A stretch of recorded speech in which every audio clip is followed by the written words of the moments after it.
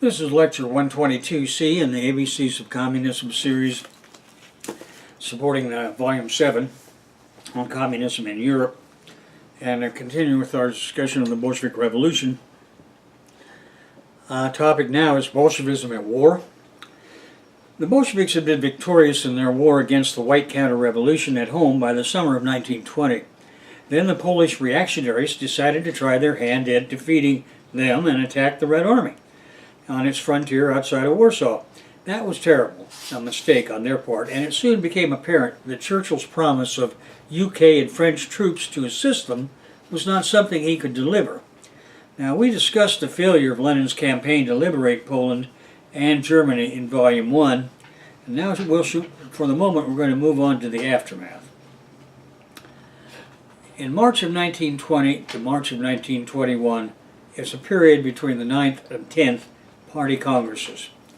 In December 1920, Trotsky and Lenin split over one, Trotsky's idea of labor armies and the militarization of the proletariat.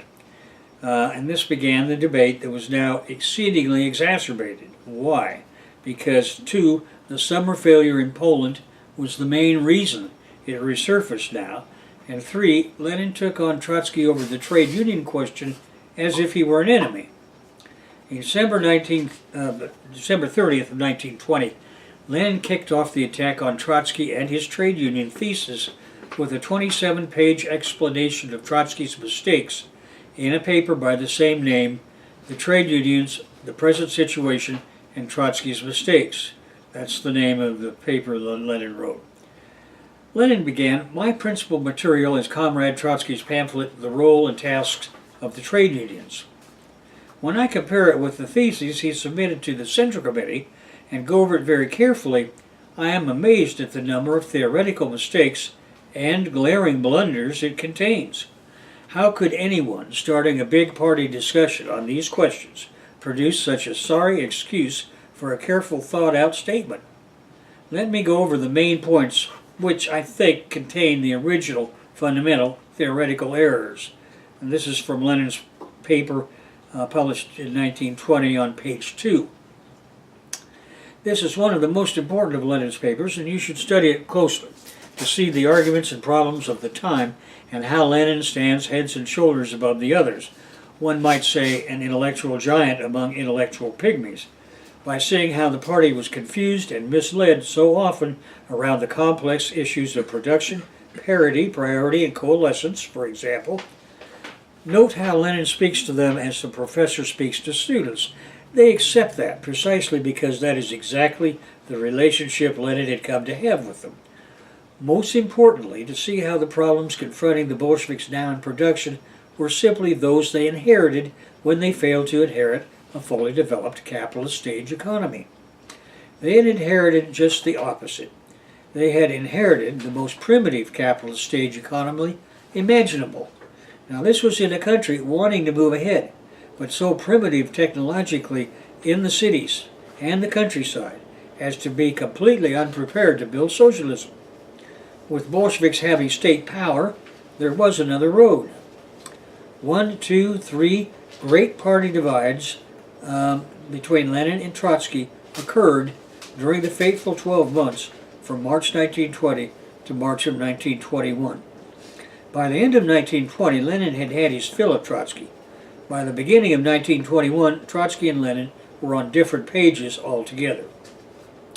Trotskyism versus Leninism, permanent revolution or permanent state and government.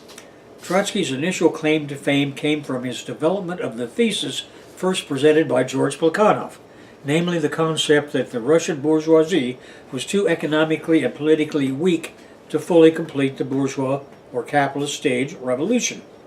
Trotsky's development of this thesis was that the working class, led by its revolutionary party, would help the bourgeoisie complete their revolution against autocracy and for parliamentary democracy.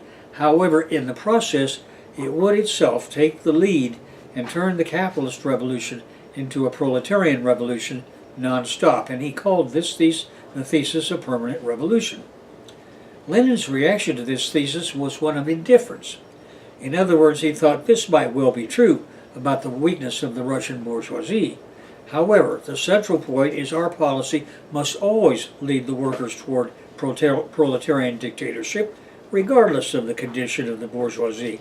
In other words, Lenin saw Trotsky's thesis as essentially true, but merely true, irrelevant and immaterial. By 1921, Trotsky's thesis had undergone much transformation, and Trotsky himself engaged in much gratuitous rewriting of history to explain his pre-1917 history of anti-Bolshevism. However, the central change in Lenin's thinking was his understanding that what Bolshevism now confronted was the need for a relatively permanent state apparatus. In other words, a permanent coercive state to hold power against our class enemies, and a permanent government to oversee construction of the essential industrial base they should have inherited from the capitalist stage, but did not. Now, by permanent, Lenin meant several decades at least. What Lenin wants, and says repeatedly very clearly, is a party devoted to the practical side of building a new economy and not a lot of bullshit intellectualizing. Statistics on propaganda and decrees are what are needed, not poorly thought out intellectualizing about Soviet trade unions. Real analysis of real reports on real production matters, in other words, as Lenin says, is what they should be talking about.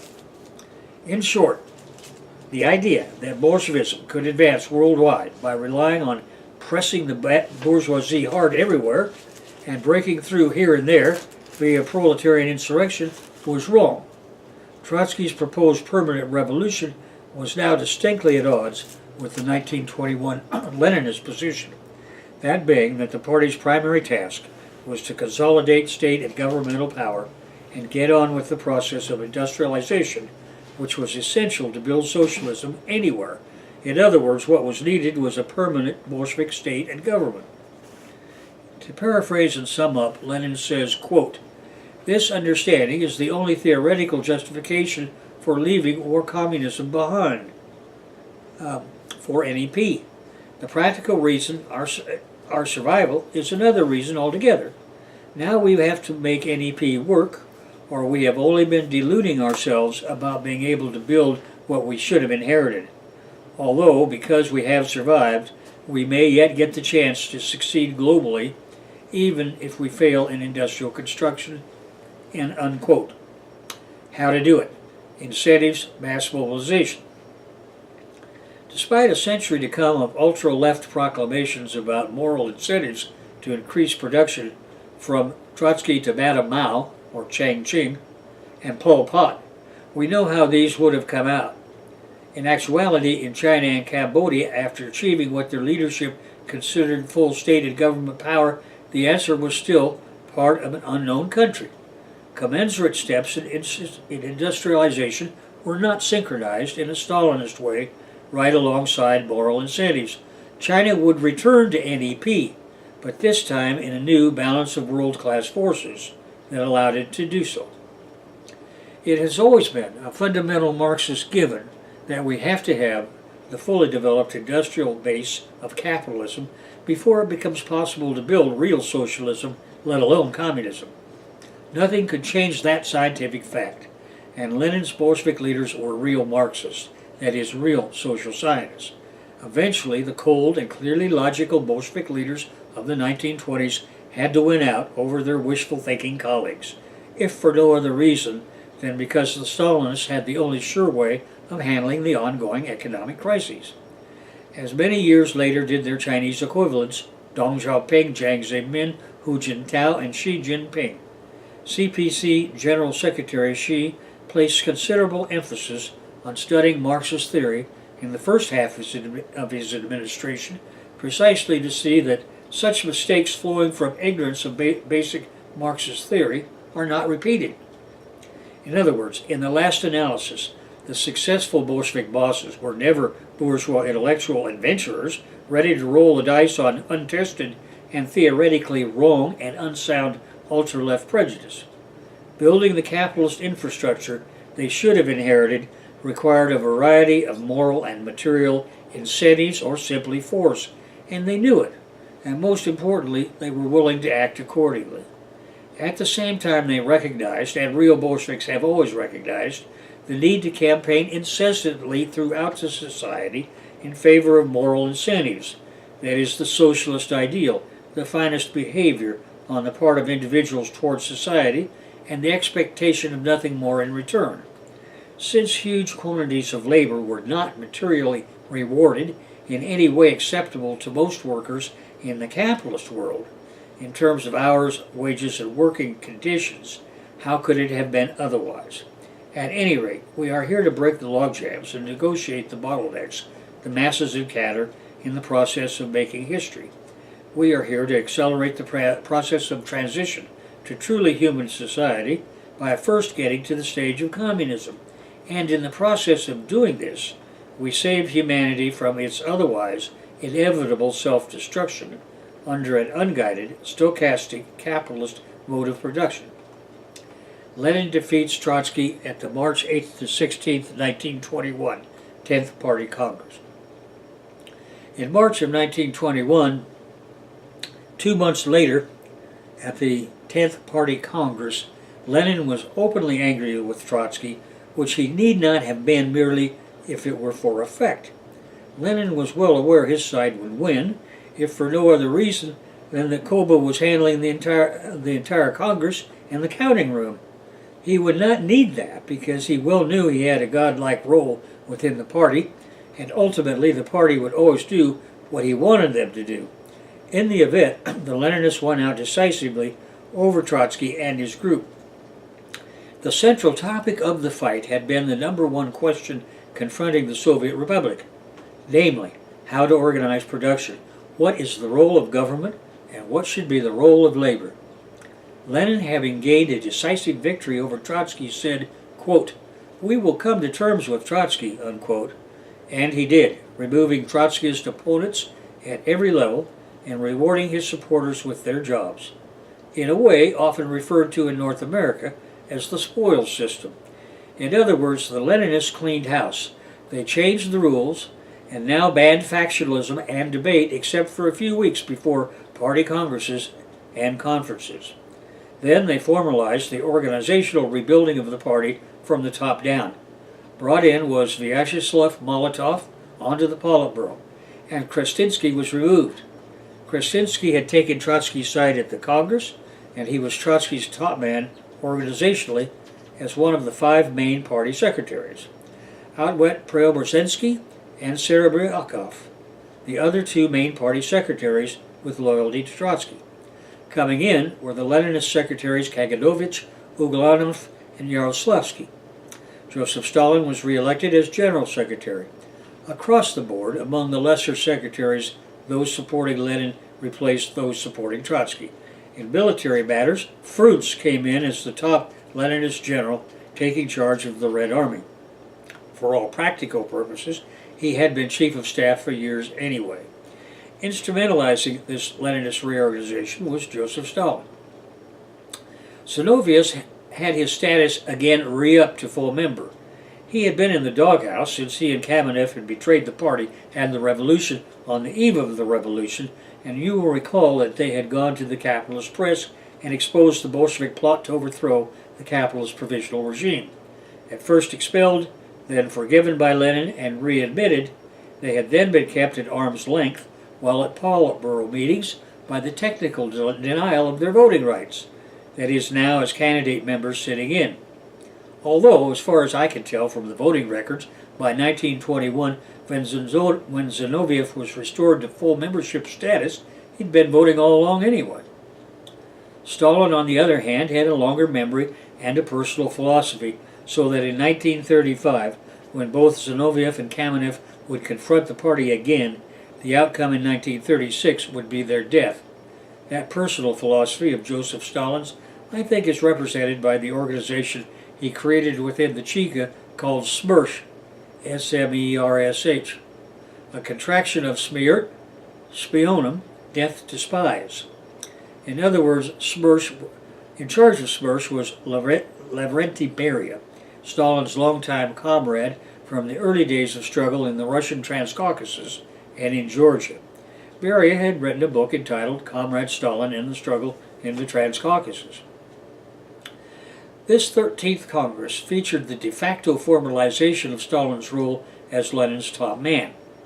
And as the next 14 months before Lenin's disabling stroke played out, as his successor, Lenin's principal enemy in this fight had been Leon Trotsky. So it was not surprising to anyone at any level in the party when Stalin and Trotsky emerged as leading protagonists at the beginning of Lenin's 21-month-long illness, which was from May 25th of 1922 through January 21st, 1924. Lenin himself would acknowledge Stalin's principal role in his communications in the years preceding his May 25th, 1922 stroke.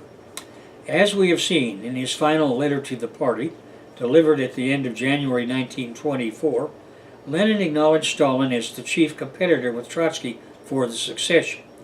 Lenin said in this last testament that the party would have to choose between Trotsky and Stalin. In the event, the party chose Stalin. When Lenin had his first stroke, a little over a year after this Congress, it was this Leninist government and party leadership that was in place. It had been Joseph Stalin putting it in place and supervising the implementation of Lenin's 1921 program that included the wholesale replacement of Krastinsky's bureaucracy with Molotov's. Furthermore, the party had been extremely happy with the peaceful and orderly 11th 1922 Congress. It became the first of a long series of unified Congresses, as Lenin had wished. It concluded only weeks before Lenin's first stroke on 25 May 1922. Lenin said exactly this to Michael Borodin only days after this 1922 11th Congress and only days before his first stroke.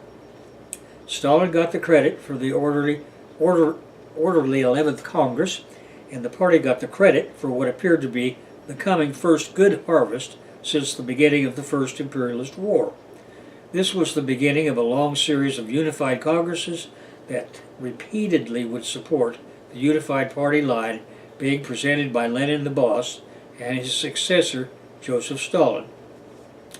If something unexpected were to happen, and Lenin would no longer be there and in charge, remember in 1921 the old boss had been de facto replaced by the new boss, except that nobody knew it.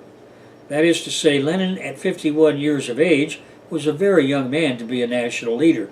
He appeared perfectly ready to carry on until his first disabling stroke. The significance of this de facto inheritance could not have been immediately apparent to anyone for another full year. In fact, not until a few weeks after the 11th Congress in 1922 would it become apparent that Stalin had emerged as the #1 national leader of the Soviet Republic, soon to be the USSR. And even then, Stalin's initial appearance was as an unimpressive #1. Why? Well, for one thing, his status seemed to depend upon the Trinity arrangement within the Politburo of Kamenev, Zinoviev, and Stalin. Nevertheless, the formal alliance business between these three was important only in the minds of Kamenev and Zinoviev. Kamenev, and especially Zinoviev, were lazy and always had been. They were more than content to lay back and let Stalin do all the work. In their minds, all he had to do was to vote the right way at Politburo and Central Committee meetings. For another thing, Stalin had so many titles, which to the rest of the world were all rather mystifying. For example, what was a General Secretary? Or for that matter, what was a Commissar of the Workers' and Farmers' Inspection?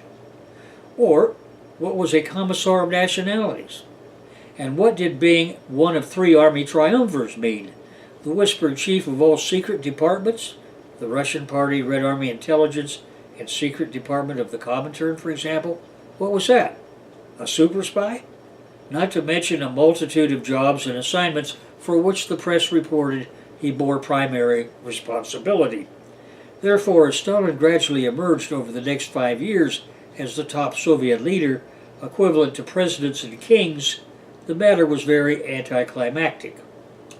Unimpressive though the succession had been, the truth was simply that after the 10th Congress in 1921, Stalin, who had assumed or been given responsibility for just about everything, outworked and therefore outfought all potential opponents, prior to Lenin's death. He was, by March of 1921, de facto in charge of both the Red Federal Government and the Red Federal State. The great crisis confronting the Soviet Union would, for better or worse, be in his hands primarily for the next 32 years, from 1921 to 1953. Which brings us to the Kronstadt naval mutiny of March 16, 1921, when Trotsky saved his own ass by the skin of his teeth. Immediately, as the 10th Congress concluded, the sailors of the Kronstadt naval garrison that guarded the entrance to Petrograd mutinied. It was nominally an ultra-left revolt featuring the usual motley crew of agrarian anarchists and urban syndicalists now unhappy over the Bolshevik failure to leave war communism behind. The farmers wanted the restoration of the private market in agriculture and were revolting here and there and everywhere rather spontaneously. The ultra-left cabal at Kronstadt was taking advantage of the general unhappiness of all sailors and marines of farmer origin. These were the men getting the brunt of the negative communications from the countryside, and there was the recent arrival of a swarm of foreign agents sent from capitalist state apparatuses throughout Europe and North America. To lead the fight against the armed Kronstadt rebellion came the War Commissar Leon Trotsky, grabbing the microphone at the podium at the very end of the 10th Congress. Remember, this is the Congress that had removed him and his entire team and was in a bloody mood as far as he and they were concerned. Trotsky cleverly demands that all the delegates get up immediately and report for armed combat duty alongside the Red Army elite storm units that are now lining up to cross the ice and take on the rebels hand to hand. And so they did. Many of Trotsky's enemies died in the bloody frontal assault on Kronstadt. Those that did not die were afterwards too burned out to carry a hard-on for the man who had infuriated them so much only days before. And the Congress had concluded. As a matter of historical notes, the rebels were liquidated, and Trotsky had again pulled a rabbit out of the hat at the last minute. In doing so, he gained a temporary respite from the seemingly unstoppable tidal wave of opposition heading his way, this time led by the chief, Lenin himself. Strategic magnitudes in class struggle. From Lenin's perspective as chief of the Revolutionary Republic, he was no longer under attack at the end of 1920. It seemed that the previous 3 years of civil war had seen the defensive period go over to the offensive period of global class war. Now, as 1920 ended, the worldwide struggle against capitalism was falling back into a defensive mode again. From our Olympian perspective, which is to say all of prehistory and history viewed as a continuum, the mere existence of the Soviet Republic was an offensive move on the world stage. The defensive war within the Republic for its survival was also, in fact, an offensive action in the world history of class struggle. Therefore, for the first time in 6,000 years, since society first divided into classes, those in servitude had risen, taken power. They had at their head individuals who knew the laws of history, therefore, where they were going, and even maybe how to get there. The lesson is that there are simultaneously two levels of magnitude to strategic planning, one on the historical level and the other on the specific momentary level, another global and another more restricted geographically. Now, in March of 1919, Lenin created the Comintern by personal direct order. By 1920, new parties of the labor movement were being formed all over the world. The Comintern, or Communist International, or Third International, replaced the Second International of traitors and renegades that had participated in the First World War. It was a damn good thing Lenin acted when he did, because the subsequent failure to liberate Europe via the Red Army offensive in Poland in the summer of 1920 had left the global strategic advance of world socialism in limbo. The new Third International had immediately set about building a world revolutionary Marxist alternative in the Leninist mode to throw off the yoke of capital. And although this revolution had temporarily failed in Europe, there was the other side of the Soviet Republic. Thus, the attention of the Bolshevik leaders focused on China.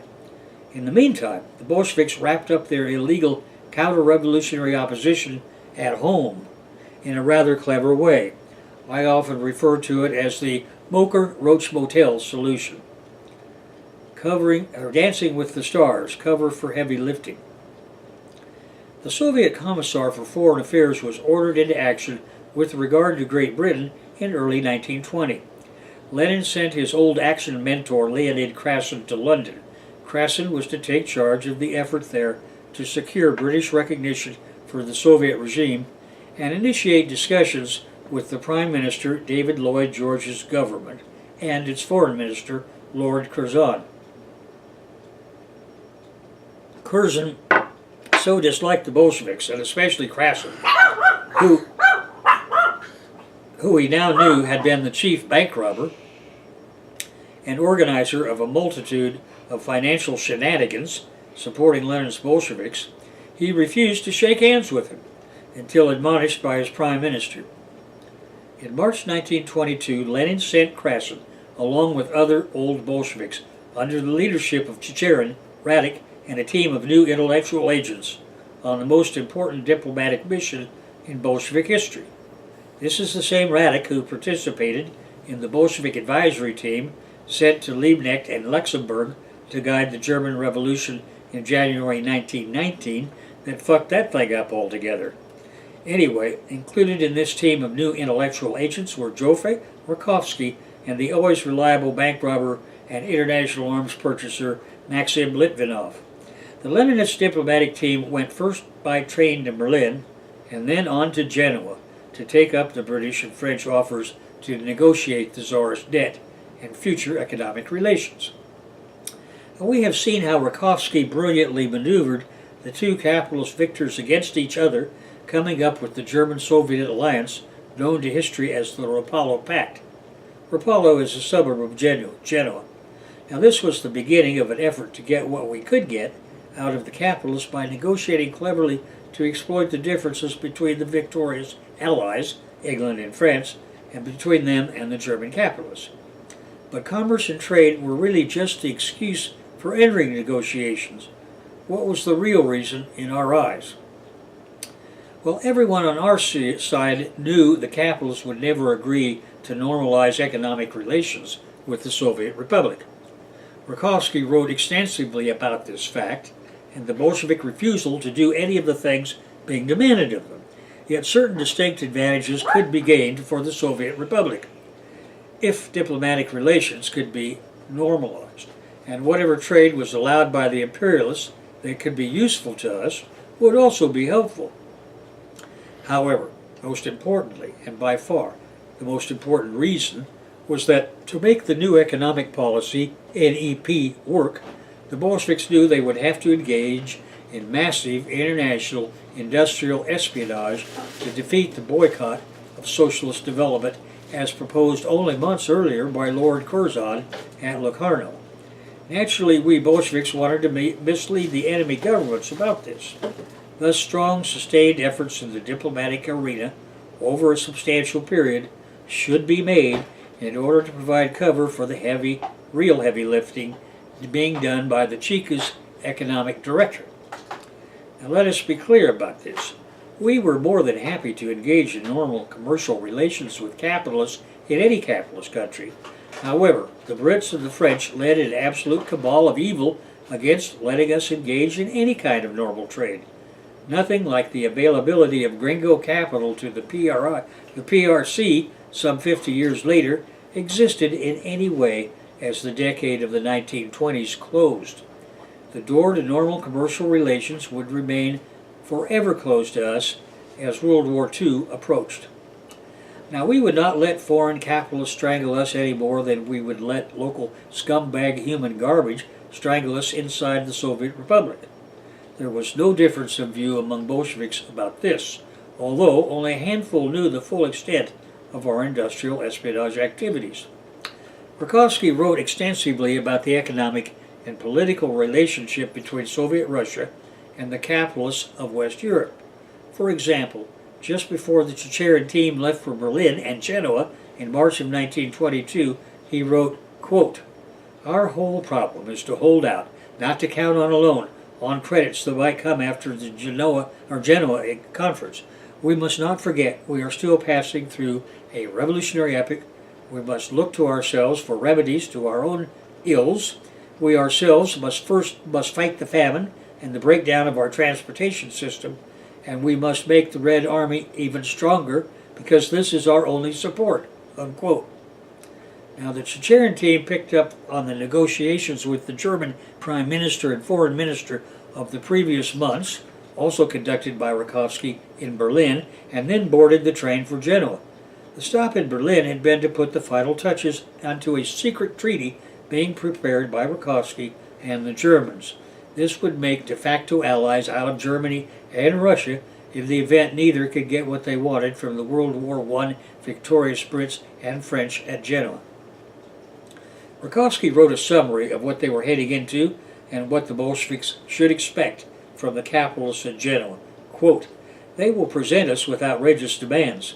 We shall naturally be unable to accept these demands because in their basic conception they defy the revolutionary masses of the Soviet Republic.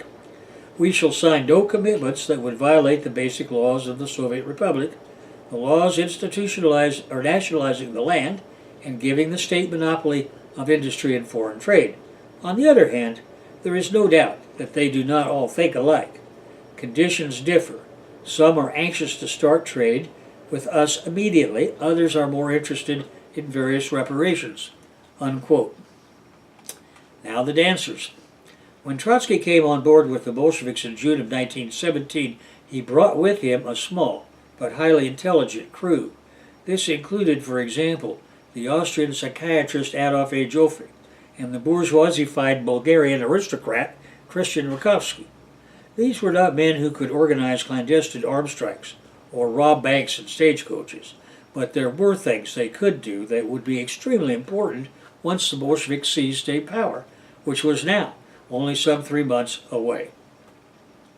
Also coming on board after Lenin's return were other ultra-left intellectuals, including George Uritsky and George Chicherin, both of whom arrived soon after the February Revolution from Sweden and London, respectively. Many of them, including these two, had been friendly to the Bolsheviks. After Lenin decided to try to bring competitors on board to form a bigger and stronger bloc, especially in the Petrograd City Council, they joined up and soon had important jobs to carry out for the Leninists. Leonid Krassin and Viktor Kurnatovsky were Bolsheviks, on the other hand, who could both rob capitalist banks and dance at bourgeois balls. Krassin was perhaps the best Bolshevik ever at having a foot in both camps and keeping all ships heading in the right direction. I think it's safe to say Krassin was the biggest bank robber in Russian history, a kind of Jesse James and John Dillinger combined. Lenin gave Krassin command of a new crew of Trotsky-originating intellectual Bolsheviks, and Chicherin emerged as the top diplomat. Lenin gave Stalin responsibility for nationalities because A. Stalin was a Georgian, and B. he had written with Lenin's assistance the party's only theoretical work on the problem of the multitude of nationalities existing in the Tsarist Empire. Accordingly, Lenin also gave Stalin the organizational responsibility for giving the newly liberated peoples and nations within Europe their own political leadership and armed forces to back up that leadership. In the Ukraine, Stalin conducted the negotiation with the Rada, that was the first Ukrainian national government.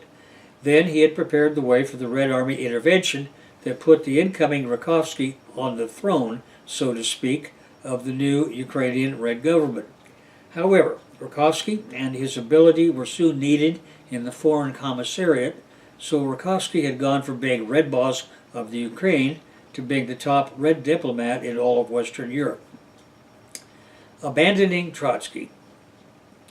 After Lenin decidedly defeated Trotsky at the 10th Party Congress in 1921, the new crew of formerly Trotskyist intellectuals defected. Latter-day Trotskyists would try to spin the relationship between these men and Stalin as the years progressed. However, the simple historical truth is they abandoned Trotsky after 1921. They threw their lives into the service of what the Leninists wanted in the way of socialism in the Soviet Republic, and after 1924, the Soviet Union.